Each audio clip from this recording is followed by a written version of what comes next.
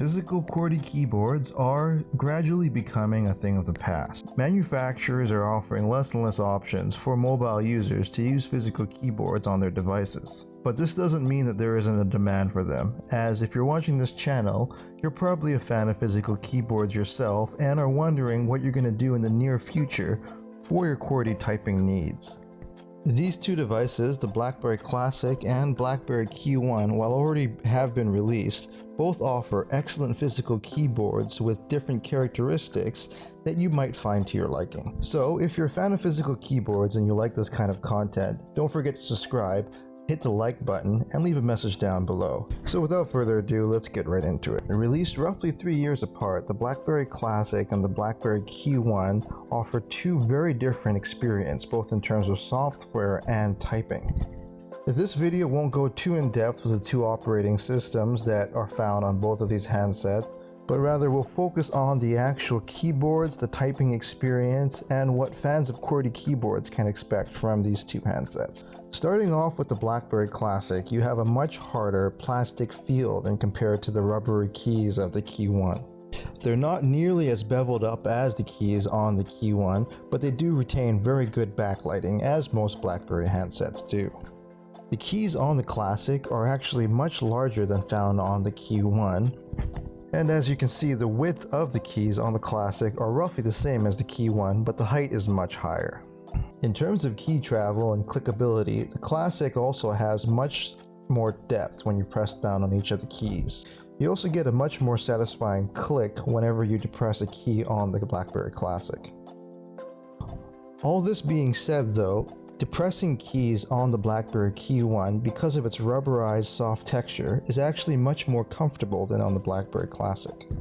The keys, while a little bit smaller than on the BlackBerry Classic, are very well placed and designed, so your fingers know exactly where you are on the keyboard while you're typing.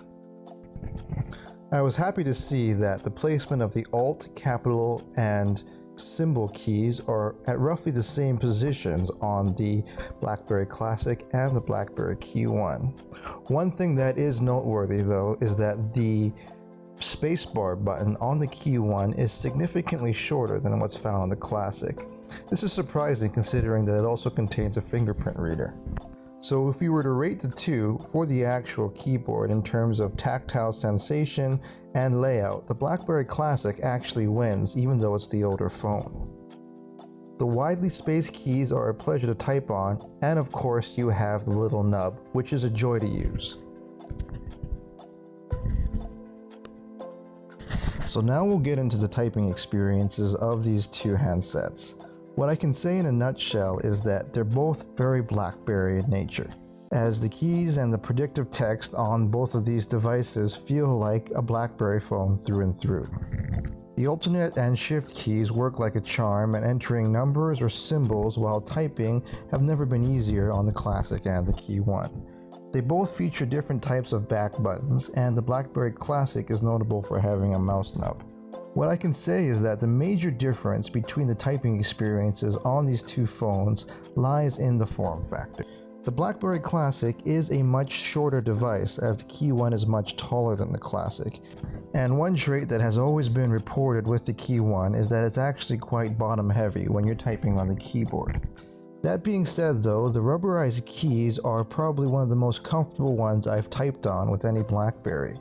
So with that and the excellent screen found on the KEYone, I actually found myself typing quick emails and texts much more often when using this device. On the flip side, the Classic was just perfect for typing out longer documents and emails. That being said though, the Classic was perfect for typing out longer documents and emails, as there has never been a more quick and effective typing experience. The keys are just so perfectly positioned, and the small form factor really helps keep this phone in my hands for long periods of time. So if you're looking to buy a QWERTY phone with a keyboard to tailor to your own personal needs, my advice to you is that if you're looking to type out longer documents, get the Classic, as there's nothing on today's market with its form factor and typing experience. If you're looking for a full working Android phone so you can quickly respond to text messages and emails, then the KEYone with its 4.7-inch display, very comfortable rubberized buttons might be the perfect device for you. So there you have it, folks. 2 different BlackBerries, 2 different keyboards, and 2 very different typing experiences. As a personal fan of the QWERTY keyboards, I use both of these phones for 2 very different applications. What do you think? Would you use the Classic for typing out longer documents? Would you use the KEYone so you can quickly bang out text messages and emails? Leave a message down below, don't forget to subscribe, and thanks for watching.